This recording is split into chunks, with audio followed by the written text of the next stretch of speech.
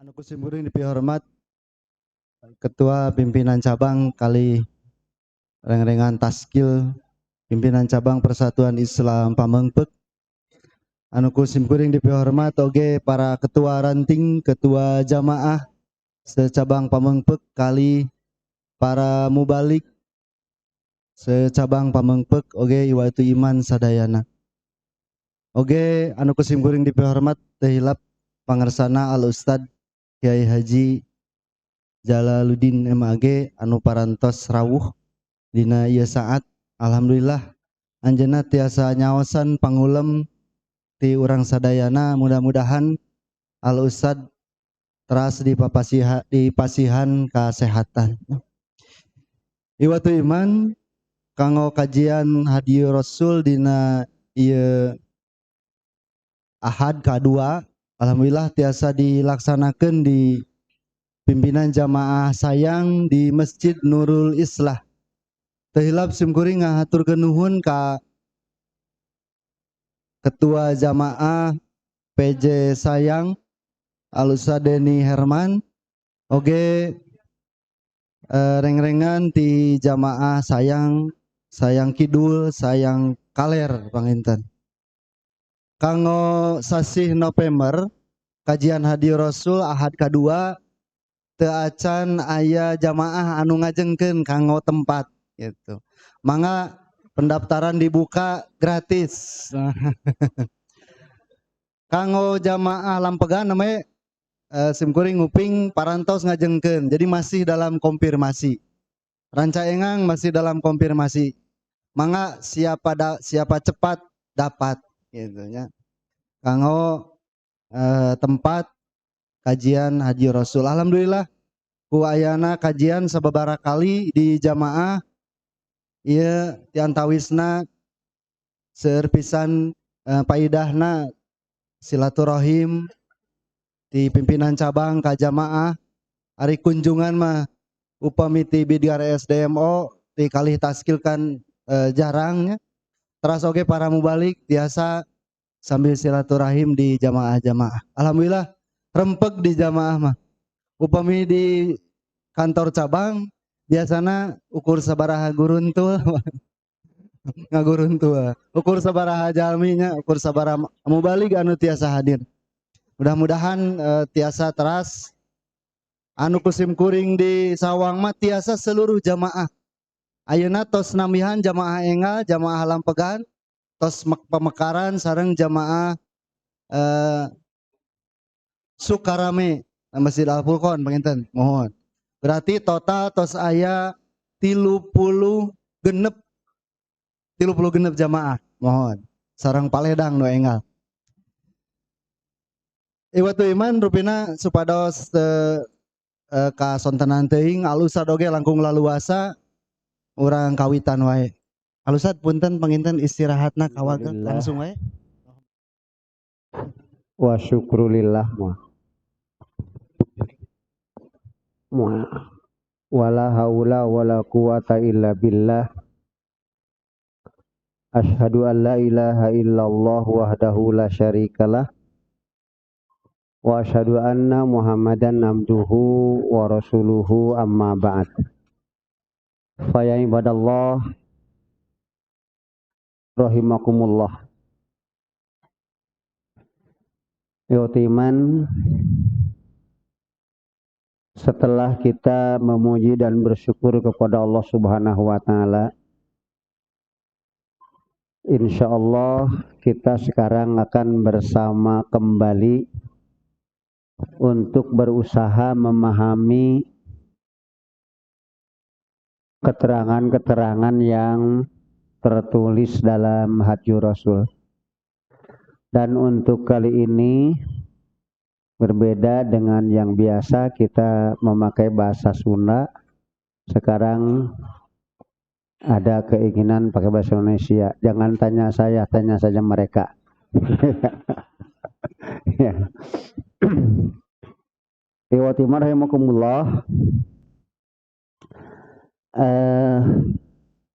Maudhu atau topik yang akan kita bahas bersama di siang hari ini adalah hadiyuhu sallallahu alaihi wasallam fis safar. Ya, fis safar. Ketika pertemuan kita di Cibiuk, kita sudah sampai pada hadiyuhu sallallahu alaihi wasallam fil istisqa. Sekarang fis safar. Bagi ikhwatiman yang ditakdirkan membawa bukunya, silahkan dilihat. Bagi yang kebetulan tidak membawa, mungkin duduknya bisa berdekatan dengan yang membawa.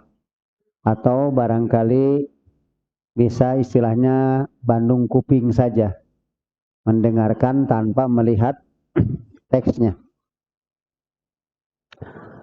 Ikhwatiman rahimakumullah, kita mulai dari alinea pertama. Kana safaruhu dairon baina arba'atin. Kana safaruhu, keadaan perjalanan safar bepergiannya Rasulullah itu berkisar dalam 4 kondisi keadaan. Ya, dairon berkisar, ya, baina arba'atin, di antara 4 posisi, 4 keadaan. Yang pertama lil hijrah, itu safar Rasul untuk melaksanakan hijrah dari Makkah ke Madinah, itu termasuk safar.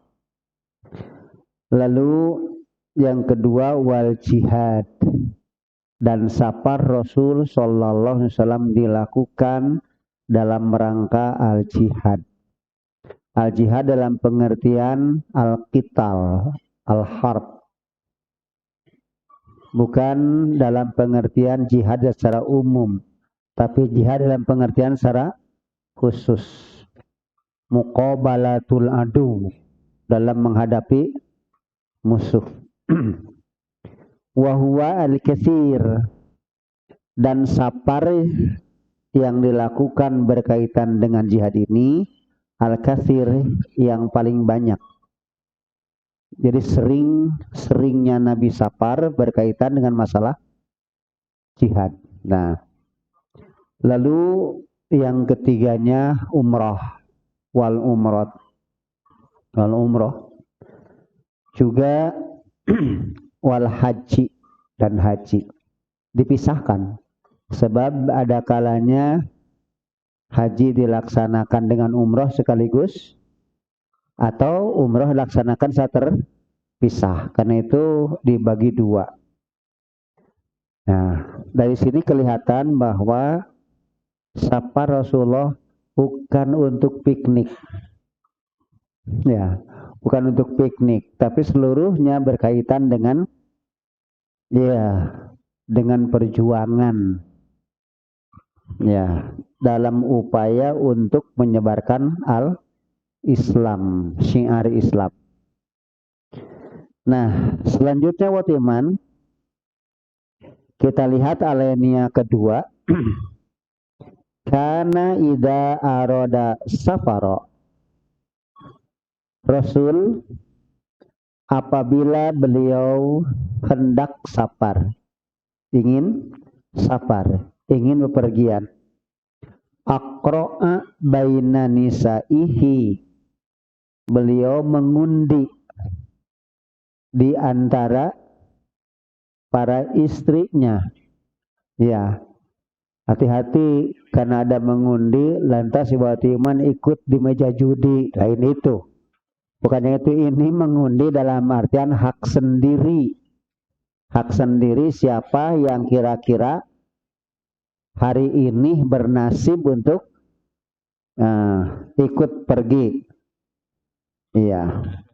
Sebab tentu saja kalau seluruh istrinya dibawa ke medan jihad, persoalannya jadi lain nanti. Ya, tentu ada keperluan-keperluan yang tentu saja tidak bisa ditinggalkan begitu saja. Makanya adakan undian. Jalan undian ini merupakan salah satu jalan keluar manakala menghadapi masalah yang sulit untuk dipecahkan. Sebab kalau bertanya siapa yang akan ikut, yakin semuanya angkat tangan gitu. Kalau langsung saja ditunjuk, kamu ikut sekarang, tunjuk lagi, maka yang lain juga ada perasaan, kenapa dia lagi ditunjuk gitu kan. Maka jalan yang selamat itu diundi. Nah, gambarannya begini, persis seperti mengundi siapa yang lebih berhak untuk mengurusi Siti Maryam. Yotiman pernah membacakan Nabi Zakaria berkehendak untuk mengurus Siti Maryam. Kemudian Imron juga sama, yang lain juga sama, punya keinginan. Nah, sementara yang akan diurusnya hanya seorang. Ini jelas bukan yang lain tidak boleh mengurusi, tapi yang jadi masalah siapa yang paling dominan untuk membimbing anak ini. Nah, karena itu diadakan undian. Nah, ikhwatiman rahimakumullah, yang mengalami masalah undian ini juga termasuk dulu dalam kisahnya Nabi Yunus. Nabi Yunus masih ingat ketika beliau mabur lari karena kaumnya sulit untuk diatur, dibenahi, beliau meninggalkan kaumnya ikut naik kapal, sementara kapal tersebut sudah penuh sesak. Ya kapal air, kapal laut. Lalu begitu sampai di tengah oleng. Persoalannya kalau dibiarkan seperti itu bisa-bisa semua binasa. Mending kalau semua bisa berenang, kalau tidak bisa, ya udah. Nah, karena itu udah. Kalau dituduh, so kamu yang loncat, kamu yang menjeburkan diri, jelas tidak akan mau. Semuanya mengharapkan selamat. Maka jalan satu-satunya udah diundi saja. Siapa yang mendapat giliran untuk menjebur ke laut, nah itu silahkan lakukan. Ternyata Nabi Yunus itu di antara yang dapat bagian, maka dia jebur ke laut dan langsung ditelan oleh ikan, gitu ya, Nabi Yunus.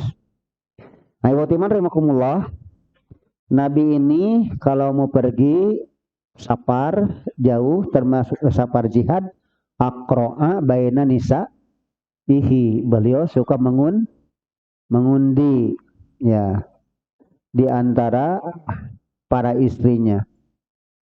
Maka fa'ayyatuhunna kharaja sahmuha, fa'ayyatuhunna, istri yang mana saja di antara para istri Romi yang keluar sahmuha, sahamnya ya, bagiannya, maka saparat mahu, istri tersebut safar, pergi bersama Rasulullah. Yang lain tidak ada bahasa ngiri, sebab diselesaikan dengan jalan yang sangat teliti dan tidak membuat yang lain menjadi rasa ketinggalan, dikucilkan atau dibedakan, tidak. Karena hasil undian sepakat semua. Ya, pergilah yang keluar sahamnya, yang keluar sebut saja nomornya itu bersama Rasul untuk safar menuju medan jihad. Namun ketika Rasul akan melaksanakan ibadah haji, ini tidak ada undian, semua dibawa. Itu walamma hajja, ketika Rasul melaksanakan ibadah haji, safaro bihinna jami'a, Rasul pergi membawa mereka semua. Safarobi itu pergi bawa, sama dengan dahababi, membawa atau menghilangkan. Ini safarobi, Rasul membawa bihina semuanya, tidak ada yang terlewatkan.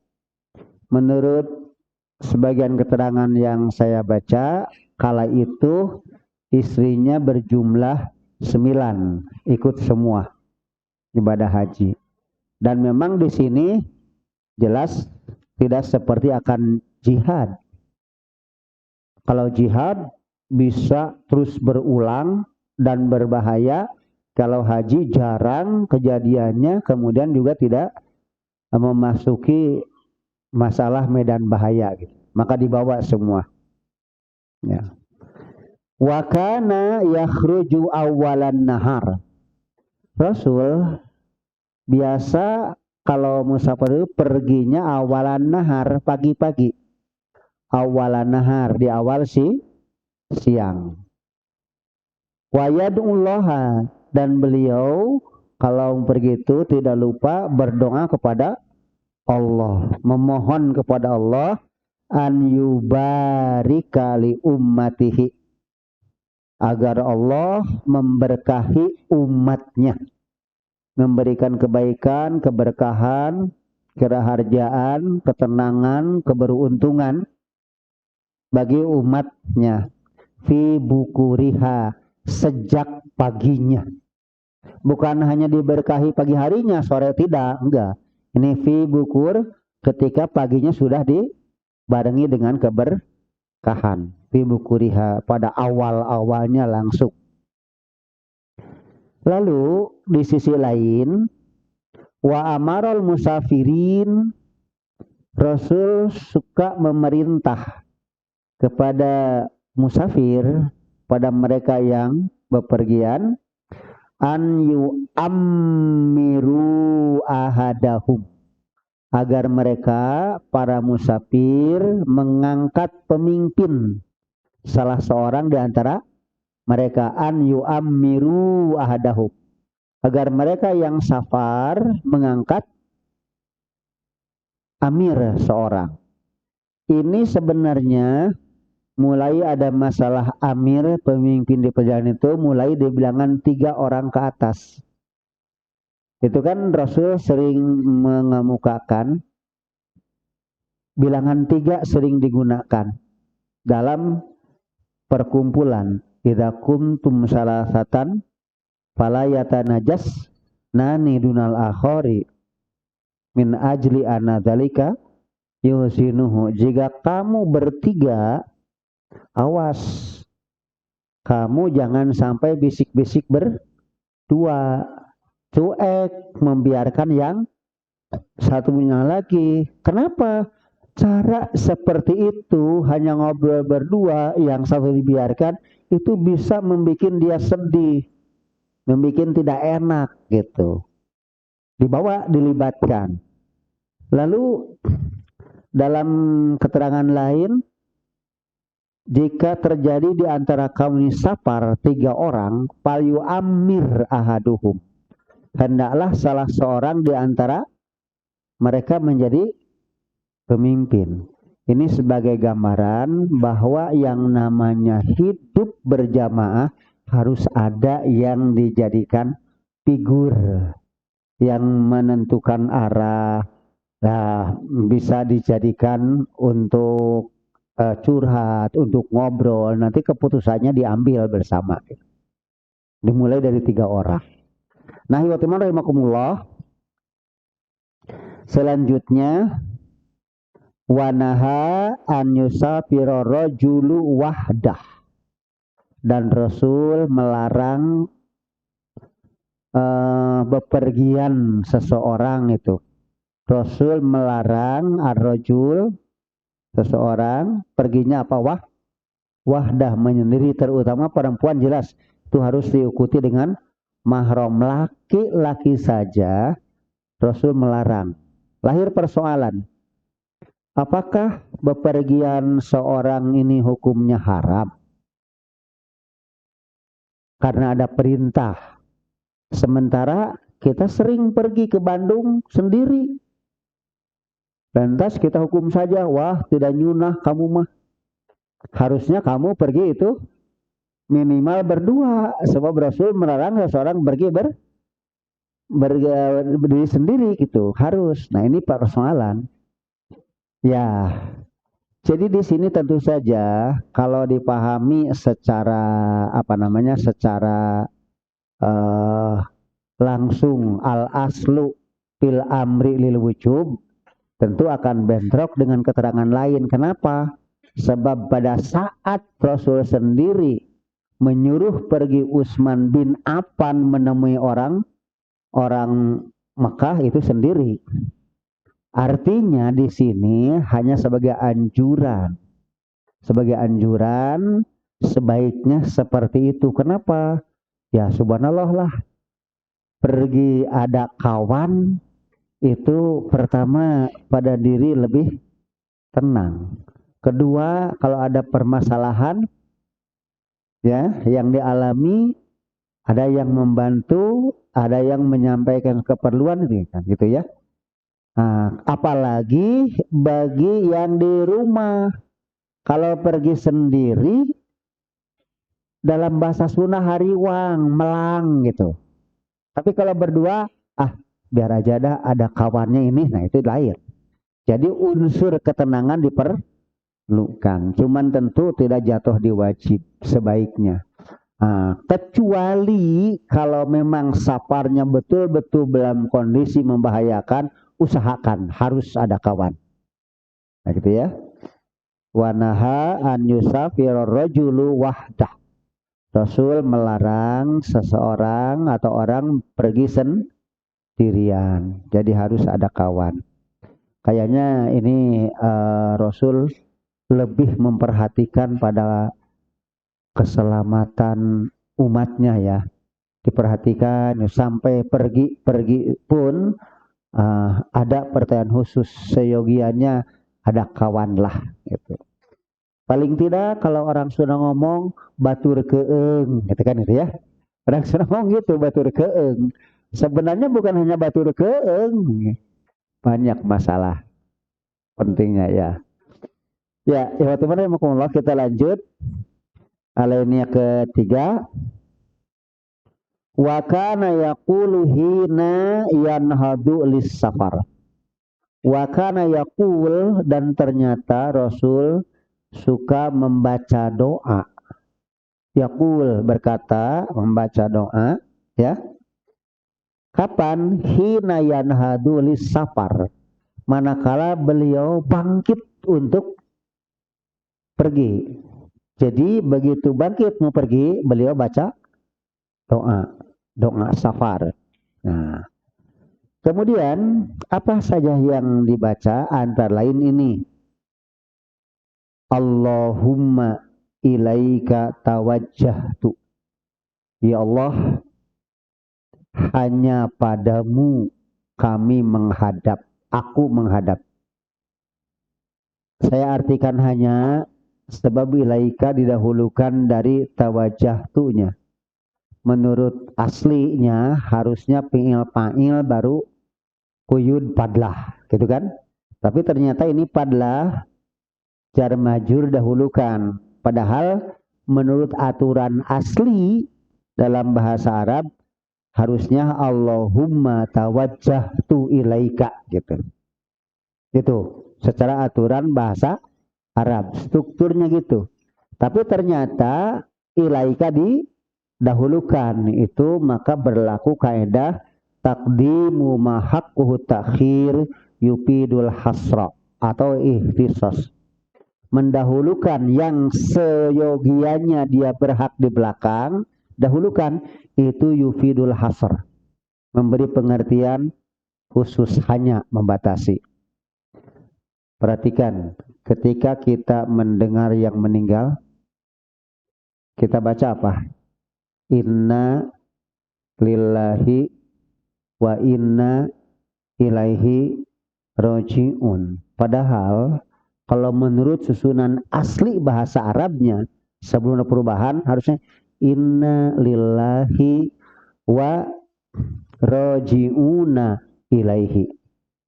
Ilaihi di belakang. Gitu. Raji'una ilaihi. Sekarang dikembalikan ilahinya kemana? Ke depan. Maka kita mengatakan inna lillahi. Sesungguhnya kita ini adalah milik Allah. Wa inna, dan sesungguhnya kita ini ilaihi, hanya kepadanya. Pakai hanya. Hanya kepadanya raji'un, kembali. Di situ memang keindahan bahasa Arab. Kalau orang Sunda bicara mau didahulukan, mau dibelakangkan, bahasa Indonesia tidak perubahnya. Tidak perubahan. Misal kita ngomong, ya saya makan ketan tadi pagi. Saya makan ketan tadi pagi. Dibalikan. Tadi pagi saya makan ketan. Atau apa? Dahulukan. Ketan saya makan tadi pagi. Gak ada pengaruh. Bahasa Arab lain. Dahulukan yang harusnya di belakang itu memiliki pengertian yang khusus. Ya, gitu. Maka di sini kita artikan Allahumma ilaika tawajjahtu, ya Allah, hanya padamu aku tawajuh menghadap, menuju, ya. Wa bika tasomtu, dan hanya padamu, asalnya wa tasomtu bika, wa bika tasomtu, dan hanya padamu aku i'tisom, berlindung, bernaung, berpegang teguh. Itu. Wabika, dan hanya padamu i'tasomtu, aku bernaung, ku berlindung. Allahumma kfini, ya Allah, cukupkanlah bagiku, ma'ahammani, segala yang perlu bagiku. Apa yang penting bagiku, tolong dipenuhi. Yang namanya manusia, keperluan itu banyak. Tidak hanya sebatas disapar, ketika di rumah pun banyak. Maka mohon kepada Allah, ya Allah, penuhi kebutuhanku. Ini ma'ahamani, apa yang merupakan kepentingan buatku. Wa ma la ahtamu bihi, demikian pula tolong penuhi yang aku tidak perhatikan. Sini. Ada persoalan nih. Sini Watiman. Di sini ada doa, ya Allah, tolong penuhi yang menjadi kebutuhan aku, dan tolong juga penuhi yang aku tidak perhatikan. Ada apa gitu? Hati-hati, gambarannya sering terjadi. Kita repot oleh barang yang tak ada faedahnya. Mau pergi segala dibawa. Kan gitu. Pada dasarnya mau pergi itu cukup membawa baju 2 untuk salin. Ini dibawa 1 koper. Itu malah ahtamu bihi itu. Akibatnya apa? Pergi kemana-mana itu bukanlah dicapai kesenangan, justru kerepotan. Ya Allah, yang sekiranya aku tidak perlu, tolong cukupkan saja. Jangan sampai aku membawa yang tidak ada gunanya ini. Subhanallah itu. Jadi yang diperlukan oleh Rasul bukan hanya terpenuhi apa yang beliau butuhkan, tapi yang tidak diperlukan pun tolong jangan sampai terbawa. Gitu. Kenapa? Tadi bikin repot itu. Maaf Ikhwatiman. Orang yang bepergian membawa apa yang sebatas dia perlukan. Akan berbeda dengan orang yang bepergian, segala dibawa akan berbeda. Gitu kan gitu? Tuh. Maka Rasul semacam itu gambarannya. Ya, yang sekiranya tidak perlu malah jangan, ya Allah. Begitu bagus sih doanya. Bekal yang diperlukan mohon dipenuhi, apa yang dibutuhkan seluruhnya bisa tercapai, terlaksanakan. Sementara yang tidak mah, sudahlah, Kenapa? Seringkali di pikiran orang, di pikiran kita, di tempat orang segala mau. Maaf, maaf. Seringkali orang pergi ke tempat orang lain, segala dibeli, padahal di lemburnya juga banyak. Coba perhatikan. Di rumahnya ada pohon mangga sedang berbuah. Pergi ke Cirebon, beli buah luar biasa. Buat apa? Gitu kan? Tapi yang mementingkan keperluan, adalah di rumah juga ada yang begitu mah, itu cukup. Ini yang dimintakan Rasul ini. Maaf, ada ibu-ibu. Ini jadi bahan buat ibu ya. Jangan segala mau dibawa dibeli. Itu pupugu itu dah. Di rumah punya coet 3. Betul. Pergi saja ke Cililin. Tetap ngejar-ngejar tukang coet. Padahal di rumah mau apa itu? Mau main koleksi. Udahlah. Pokoknya apa yang kita lakukan sebatas apa yang dibutuhkan. Itu. Nah, ini sudah ada dari doa Rasul ke sana arahannya. Allahumma ya Allah, zawidni at-taqwa. Bekali aku dengan ketakwaan. Bekali aku dengan ketakwaan. Saya ini ya Allah, takwa bukan hanya sebatas di tempat sendiri. Saya takwa bukan hanya ketika berada di lingkungan di jamaah saya sendiri, tidak. Dimanapun saya berada, takwa mohon bekali buat saya. Ini sama dengan perintah Rasul pada sahabatnya, ittaqillaha haitsu ma kunta. Takwalah kamu kepada Allah dimanapun kamu berada. Jangan terjadi begini. Kalau di lemburnya, di tempatnya, subhanallah, saumnya hebat, sholatnya juga demikian. Pergi saya merantau, sudah ditinggalkan sebahagiannya. Bahkan lebih dari itu, di tempat sana jadi contoh orang yang tak baik. Tidak begitu. Kalau di tempat saya ini manusia takwa, dimanapun takwa harus dibekalkan kepada saya. Gitu. Ya, bisa dipahami teman?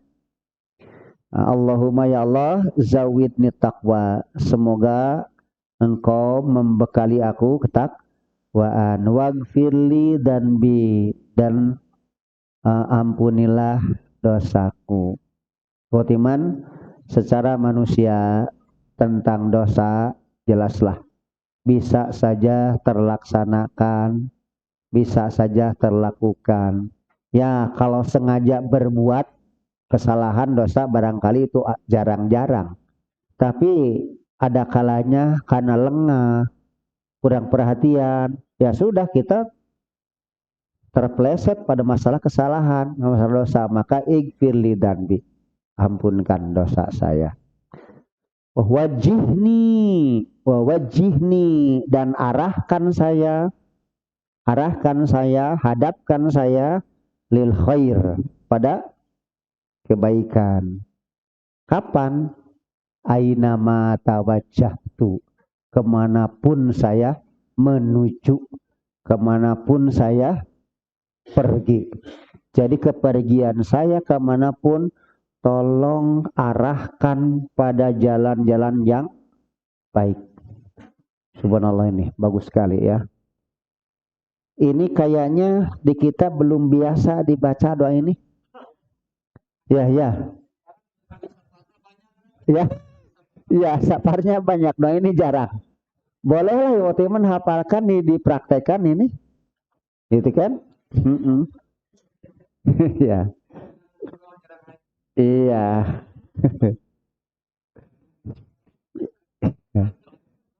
Ini penting ya.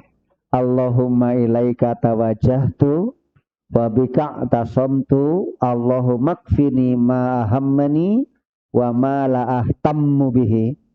Allahumma zawidni taqwa waghfirli dhanbi wa wajjihni lil khairi ainama tawajjahtu.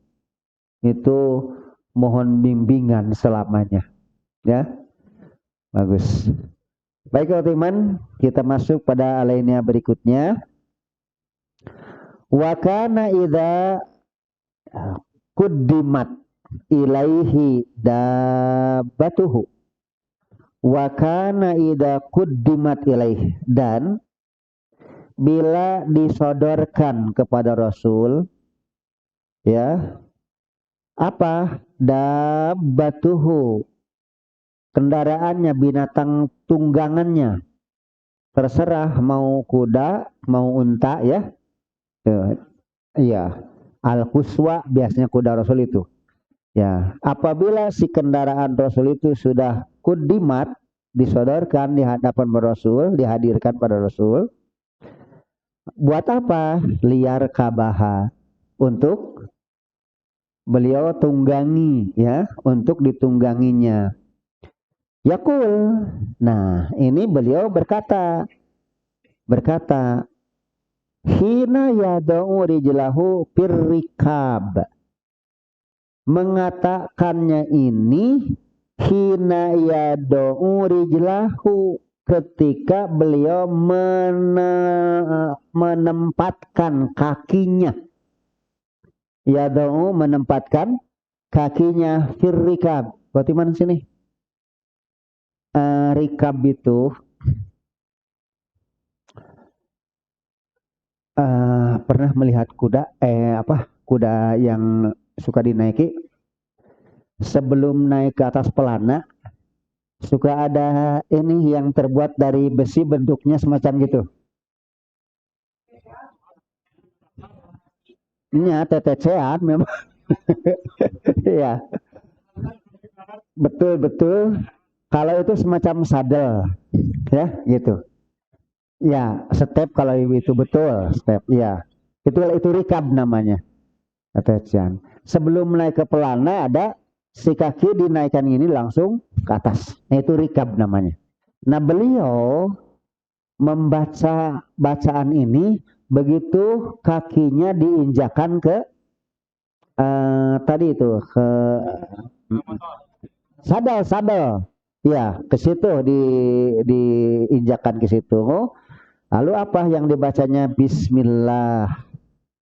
Dengan ucapan Bismillah, bukan Bismillah setelah ada di atas, tapi begitu Bismillah gitu ya, itu Bismillah.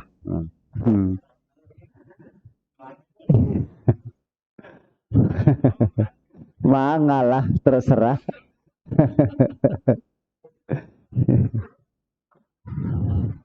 Wa idastawa, bila Rasul sudah istiwa, sudah duduk tegak, ya sudah kata orang sudah tumaninah, istiwa sudah ajak, sudah pas duduk ya gitu.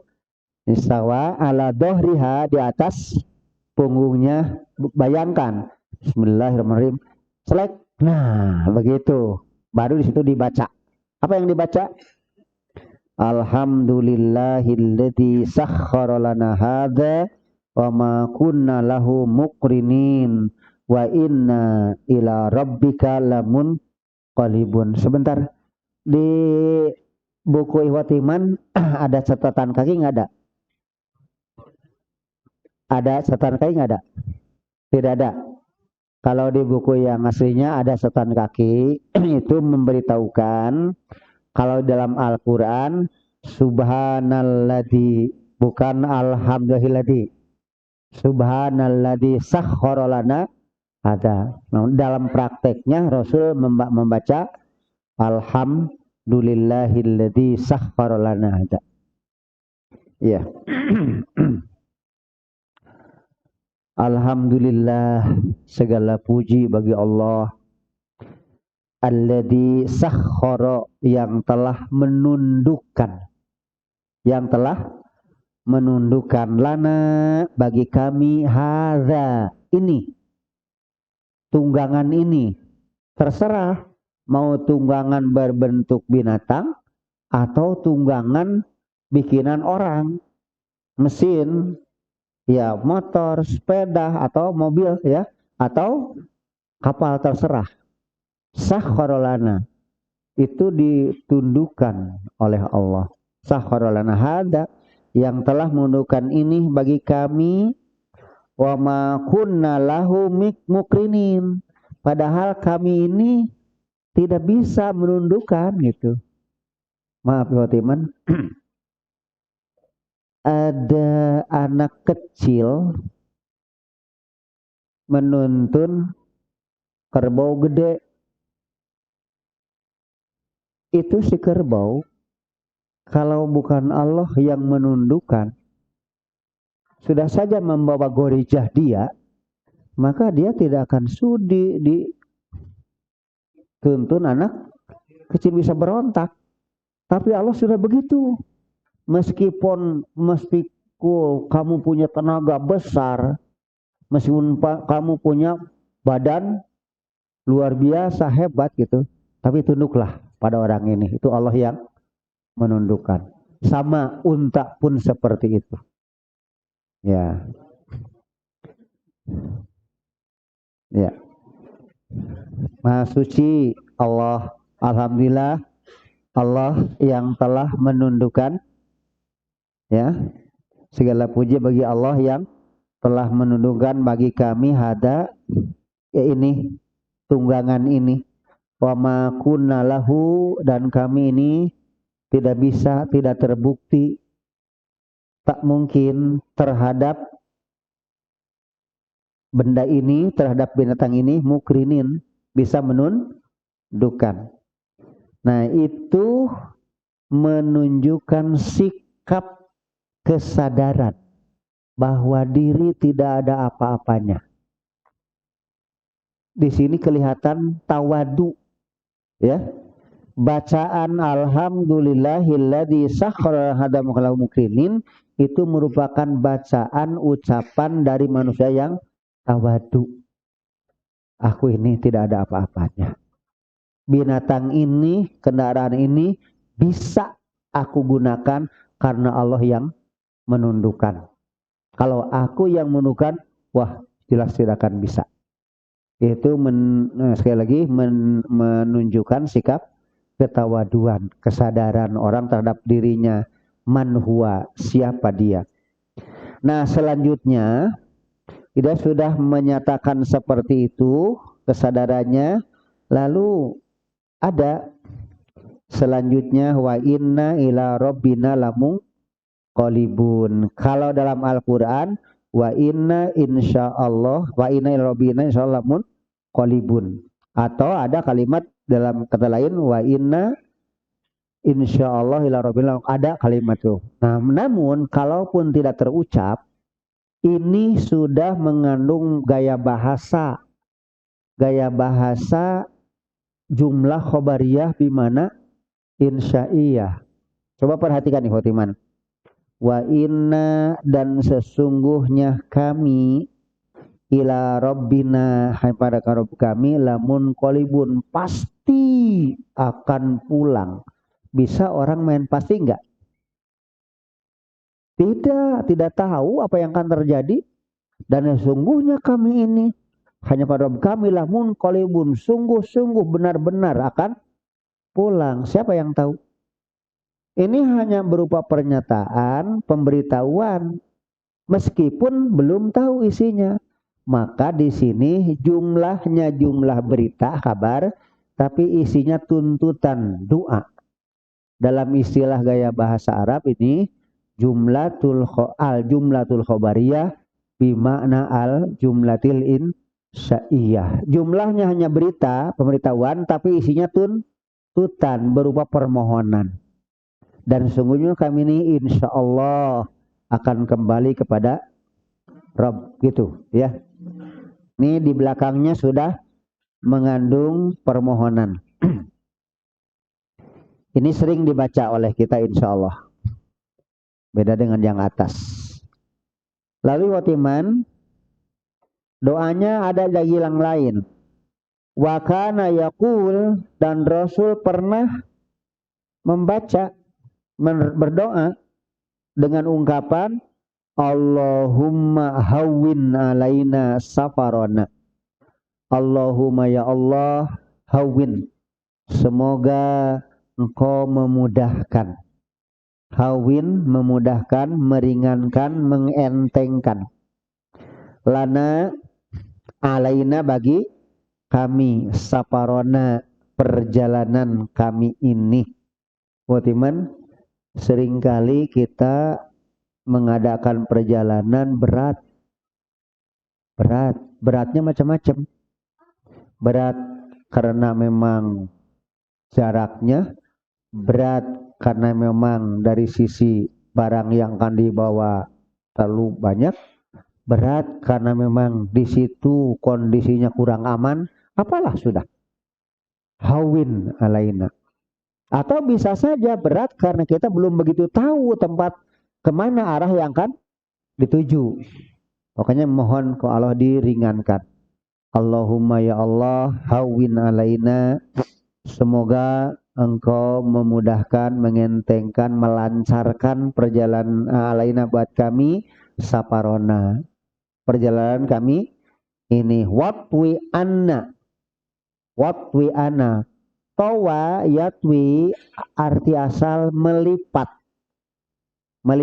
tawa yatwi.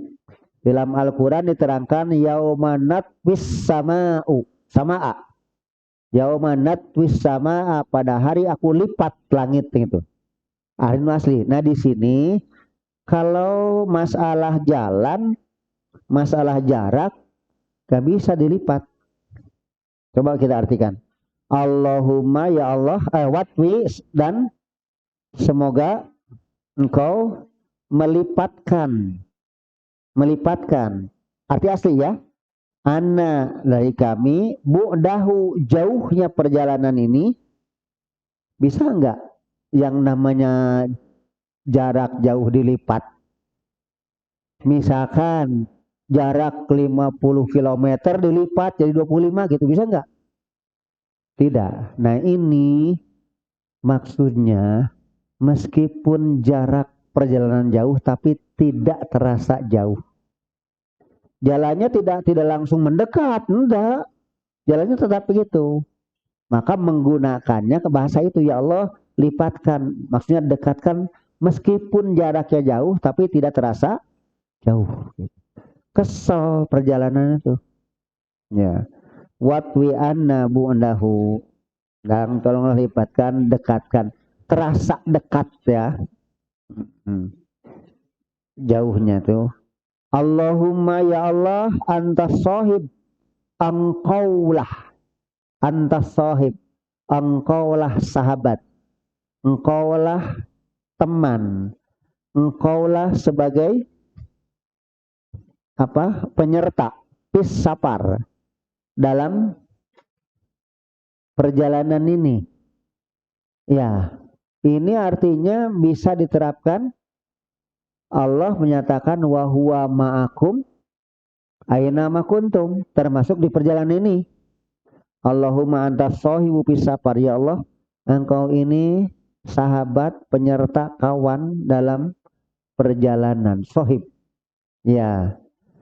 Wal khalifatu fil ahli, dalam perjalanan sebagai yang mensahabati, menyertai, tetapi tetap di keluarga sebagai khalifah yang mengurusi. Ketika saya pergi jauh, saya tidak tahu tentang keluarga. Ketika saya pergi, saya tidak hafal bagaimana kondisi, tapi engkaulah khalifah yang mengurusi mereka. Jadi semacam titip kepada Allah, ya, dititipkan gitu. Itu bagus sekali. Ini sering kita baca. Dimulai dengan kata-kata Allahumma hawwin alaina safarona, watwi anna bu'dahu, Allahumma antas sahibu fis safar, wal khalifatu fil ahli. Watiman sebentar ya. Ini hanya sebatas yang saya rasakan. Tidak tahu apakah watiman sama atau tidak, nggak tahu. Ketika saya pergi jauh, itu yang namanya ingatan tidak bisa terlalu mudah untuk menghilangkan ingatan dengan keluarga. Ada saja anak, istri, segala macam, termasuk binatang-binatang ternak yang kita miliki, itu ingat. Tapi dicoba saya bacakan ini, lain itu, ketenangan lain. Allahumma antas sohibu fis safar wal khalifatu fil ahli. Ya Allah, Engkaulah sebagai penyerta yang menyertai saya dalam perjalanan dan sebagai khalifah yang mengurusi di mana? Di keluarga. Dari situ dibarengi dengan hati, subhanallah.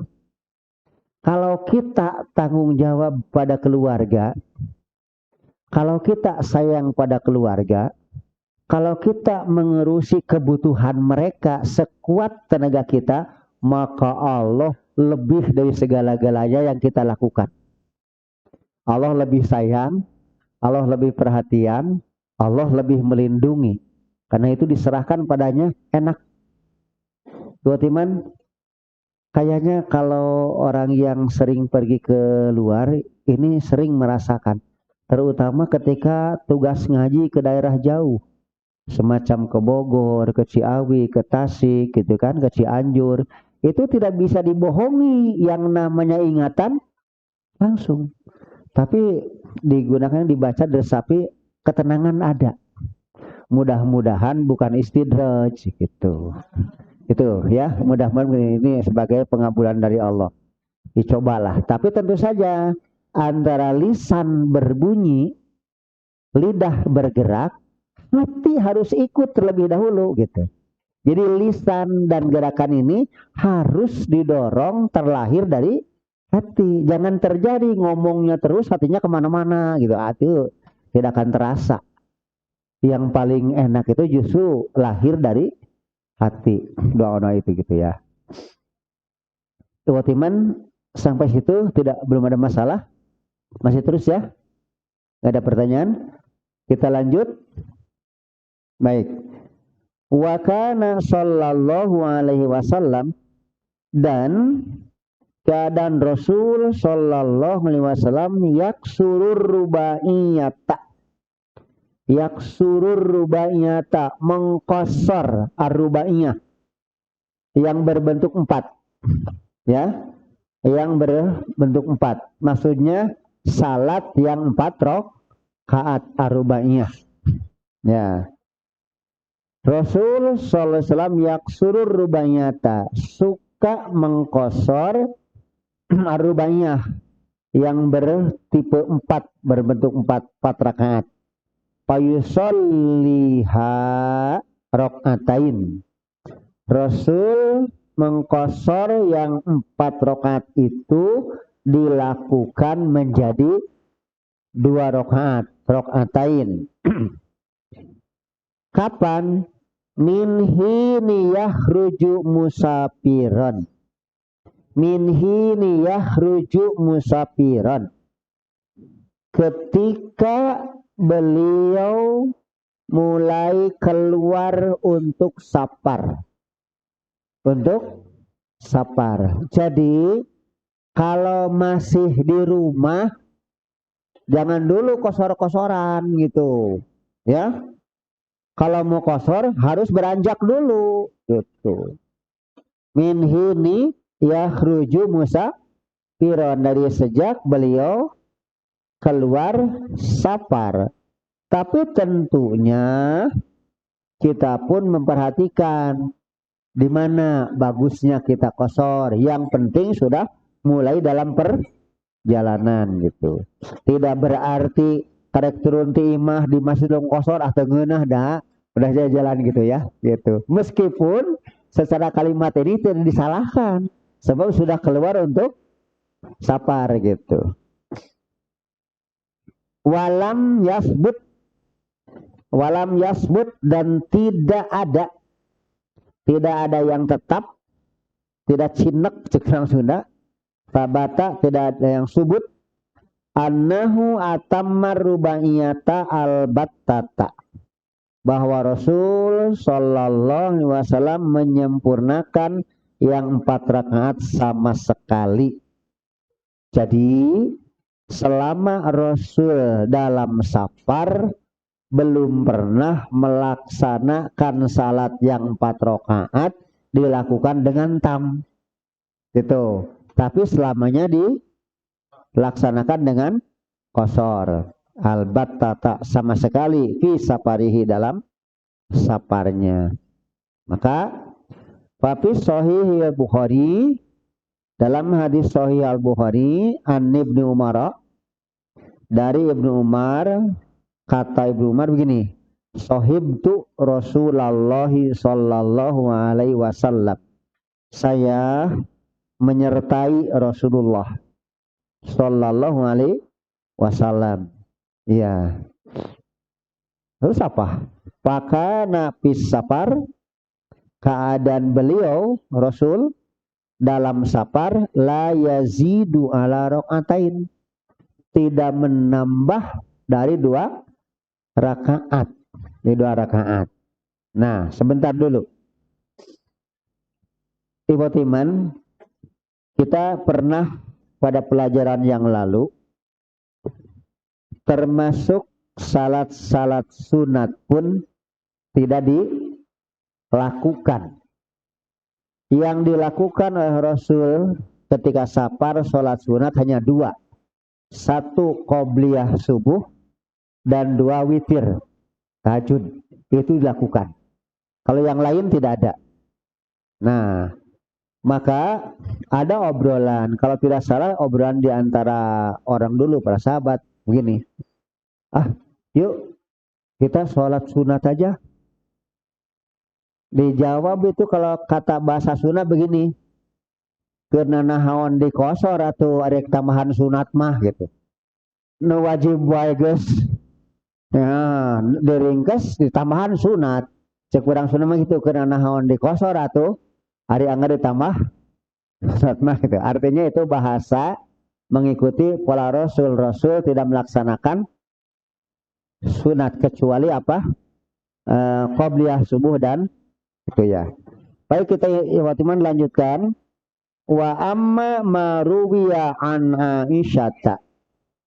Adapun yang diriwayatkan dari Siti Aisyah min mukhalafati dzalika, berbentuk yang menyalahi itu. Yang mana? Nabi kalau di safar tidak pernah melaksanakan tam. Sekarang ada dari Siti Aisyah yang berlawanan dengan itu, bahwa Nabi melaksanakan tam. Diangkat di sini.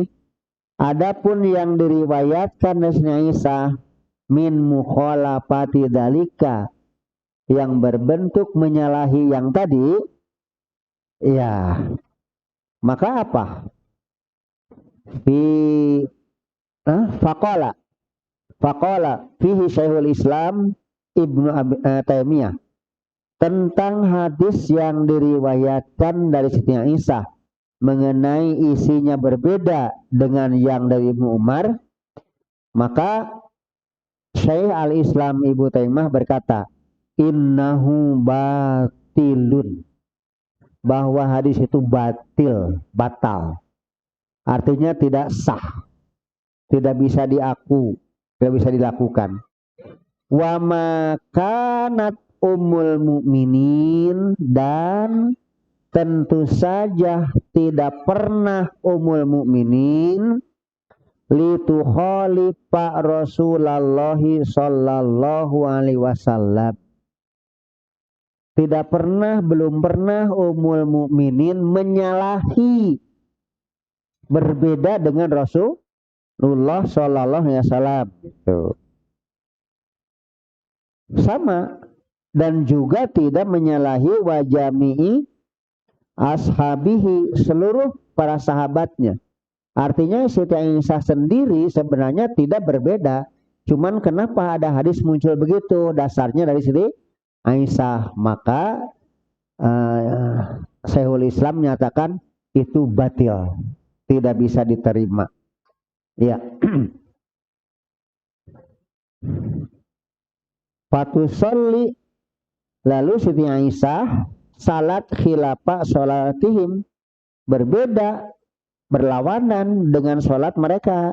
Sholat para sahabat dan sholat Rasulullah itu tidak mungkin. Makanat ya, tidak mungkin. Kaifa, bagaimana mungkin gitu. Ya, kaifa bagaimana mungkin. Siti Aisyah sampai terjadi melaksanakan salat berbeda dengan salat Rasul dan para sahabat. Maka kata Imam ini Ibnu Taimiyah bahwa itu merupakan batil. Ya.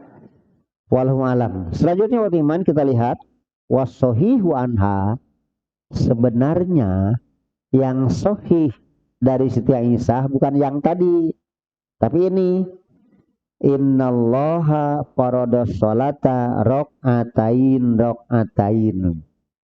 Ini yang sahihnya dari Siti Aisyah, sesungguhnya Allah telah mewajibkan sholat itu asalnya adalah rok'ataini.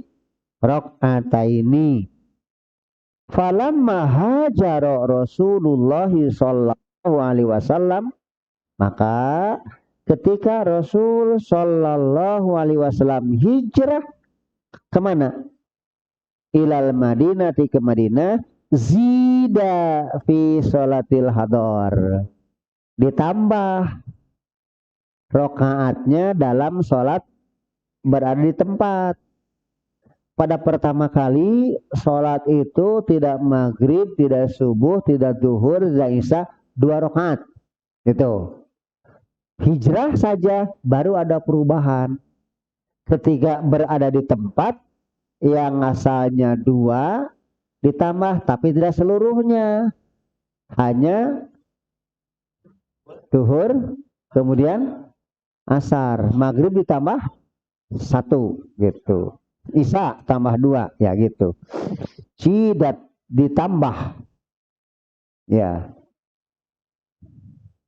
fi sholatil hadar wa ukirat, dan ditetapkan sholatus safar. Jadi kalau menurut hadis Siti Aisyah, sebenarnya sholat safar itu bukan karena kosor-kosor melulu, tapi memang ditentukan mulai gitu redaksi ini. Tapi karena ada istilah antak suruh kusratus sholat, kita gunakan saja. Menurut istilah Siti Aisyah, justru bukan dikosor tapi ukirat, ditetapkan gitu. Nah, karena memang ada sejumlah keterangan istilah safar, kita gunakan saja kosor gitu ya. Ya, al hadis muttafaqun alaih. Hadis itu diriwayatkan oleh muttafaq alaih Bukhari Muslim. Jadi yang jelas ini dari Siti Aisyah, bukan Siti Aisyah melakukan ketika safar 4 rakaat gitu. Baik, kita lanjut pada Ibnu Abbas. Qala Ibnu Abbasin, Ibnu Abbas telah berkata, faradallahu as-sholata ala lisani nabiyyikum fil hadar arba'an. Kata Ibnu Abbas, Allah telah mewajibkan sholat melalui lisan nabimu, melalui Nabi Muhammad, fil hadar, di tempat, arba'an, 4 rakaat, wafis safar rakaatain, sementara dalam safar 2 rakaat, wafil khauf, sementara ketika sholat khauf itu 1 rakaat. Ini Ibnu Abbas mengatakan itu. Diriwayatkan akhrajahu Muslimun. Iya. Wa qala Umar bin Khattab, Umar bin Khattab berkata, sholatus safari rakaatani, sholat ketika safar itu 2 rakaat. Wal jumu'ati, kalau diartikan sholatul jum'ah, tapi kalau wal jum'atu dalam artian wauna karena sholat boleh.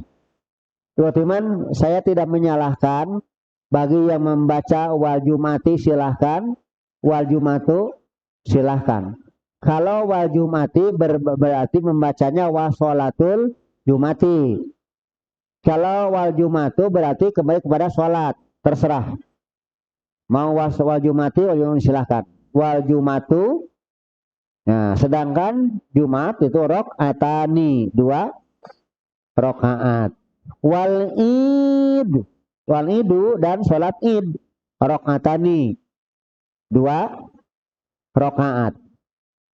Itu semua tamamun goiru qasrin, sempurna, bukan di kosor. Sholat Jumat 2 rakaat itu sempurna. Sholat id 2 rakaat itu sempurna, tidak dikosor, tamam gitu. Sholat safar 2 rakaat tidak dikosor, kembali ke asli kalau istilah ini. Nah terus ala lisani Muhammadin sallallahu alaihi wasallam, berdasar sabda Rasul sallallahu alaihi wasallam. Wa qad khaba manif taro, sungguh sia-sialah orang yang mengadak-ngadakan. Sungguh sia-sialah orang yang mengadak-ngadakan. Nah, ini pernyataan Umar, ya, pernyataan Umar. Kemudian wa Umaru hada huwaladzi sa'ala nabiyya. Umar yang menyatakan tadi, beliaulah yang bertanya kepada Nabi Shallallahu Alaihi Wasallam. Iya, ini pertanyaan begini, ma baluna naksuru wa qad amanna. Ya Rasulullah, apa gerangan kita kosor-kosor segala macam, gitu kan? Ma baluna naksuru ya Rasul, apa gerangan kita pakai kosor-kosor segala macam, wa qad amanna, sementara kita aminna, sudah aman.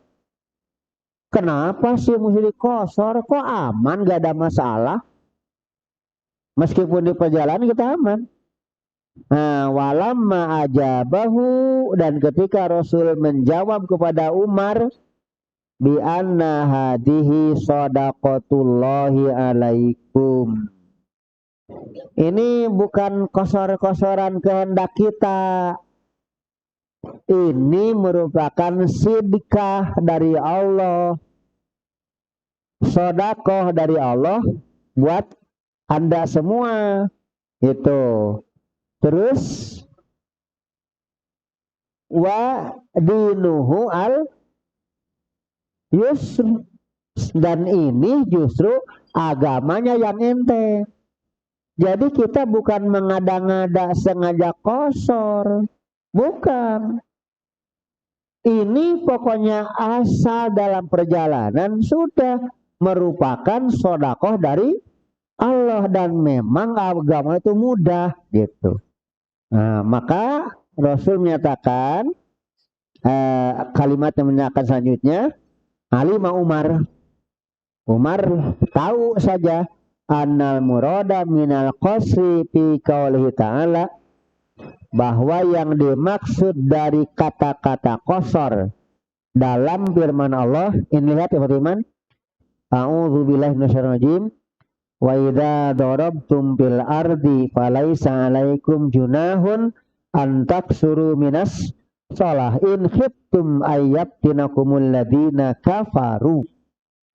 Ini coba perhatikan. Ini kan dasarnya ada kosor itu apa? Ada kosor itu kalau orang kafir mengadakan huru hara, gangguan gitu kan. Nah, Umar memahami ada perintah kosor itu kalau hitum ay yaptinakum, sekarang aman, gak ada gangguan, apa pula pakai kosor-kosor gitu kan. Itu pemahaman Umar begitu asalnya. Karena dia paham di sini kosornya kosor ringkas. Maka setelah dijawab oleh Rasul Shallallahu Alaihi Wasallam, beliau tahu bahwa yang dimaksud idza darabtum fil ard, apabila kamu pergi di muka bumi, falaisa alaikum junah, tidak dosa buat kamu antak suruh minas sholah, untuk mengkosor sholat, in khiftum ayaftinakum alladina kafaru, jika kamu takut ya diganggu, diserang oleh orang-orang yang kafir. Nah, setelah itu baru Umar paham, ternyata ini laisa qasrul adad, bukan kosor bilangan, bukan yang jadi 4 dari 4 jadi 2 gitu. Karena itu Umar berkata, kalau sudah aman mah kenapa sih dikosor-kosor gitu. Setelah dijawab oleh Rasul, sodakoh man sodakoh, sodakoh mah tidak ada kaitannya dengan gawat dan tidak gitu kan gitu. Paham saja bahwa ternyata yang dipaham kosor bilangan itu salah. Di sini kosor itu adalah dalam posisi sholat khauf, gayanya dirubah. Yang ini buat sholat khauf, antak suruh minas sholah in hitum itu buat sholat khauf. Sementara yang namanya kosor biasa tanpa khawatir itu justru kosor adad gitu. Ya gitu ya. Sebab kalau dalam perjalanan aslinya 2 rakaat gitu dulunya. Nah, itu yang dimaksudkan. Ya. Wa kana idar tahala qabla an taziga syamsa, dan Rasul apabila pergi sebelum matahari tergelincir, kata orang Sunda sacan mengok. Sebelum tergelincir beliau pergi, terus wajadda bihi sair, dan ternyata perjalanan dirasakan jadda parah, merepotkan. Wajadda bihi sair, dan perjalanan itu payah, sulit. Maka akhara duhra, beliau mengakhirkan sholat duhur ila waktil asri, dibawa ke waktu asar. Ini teman, Rasul bila keluar dari rumah, sementara ketika keluar ini sudah masuk waktu duhur di jalan, namun bila ternyata kondisi perjalanannya parah, beliau tidak melaksanakan qashar dalam artian jamaah takdim qashar dahuluan, tidak, tapi yang duhur dibawa ke waktu asar gitu. Ya, gitu. Tapi pain salat, jika ternyata yang tadi beliau pergi dari rumah nih, matahari belum tergelincir, artinya belum masuk sholat duhur, sudah jalan saja terus. Di perjalanan masuk sholat duhur, tapi ternyata kondisinya mungkin kagok, mungkin parjang sebangsanya, udah nanti di asar saja gitu. Tapi lain masalahnya, ya, fa in zalati syamsu, jika sebelum pergi matahari sudah menggok, artinya waktu duhur sudah masuk, qabla an yartahila, sebelum beliau pergi sholat duhur. Sholat duhur tidak kosor-kosoran. Kenapa tidak kosor-kosoran? Belum sapar. Iya, mau perginya jam 10 gitu kan, sudah pergi can asup lohor, tuh di kosor air engke di ditu gitu ya. Atau begitu mau pergi adzan, waktu duhur datang, belum pergi, sholat duhur saja tam. Kenapa? Sebab belum sapar. Teman-teman, Sudah ada komando tit berapa kali itu. Kita aja dulu ya. Mohon maaf. Ini Ustadz Komar sudah memberikan komando ini aba-aba Ustadz sapar panjang sanepin awejang lah gitu. Sanepin awe gitu. Insya Allah kalau ditakdirkan Allah kita bertemu kita lanjutkan ya. Itu baru ini ada sebagian lagi. Ya. Ini pun kalau penata acara sudah siap-siap diawalkan karena asarnya lebih awal, tetap saja tidak sampai. Ya, mudah-mudahan ada faedahnya. Insya Allah yang Maha Kuasa memberikan anugerah pada kita. Wassalamualaikum warahmatullahi wabarakatuh.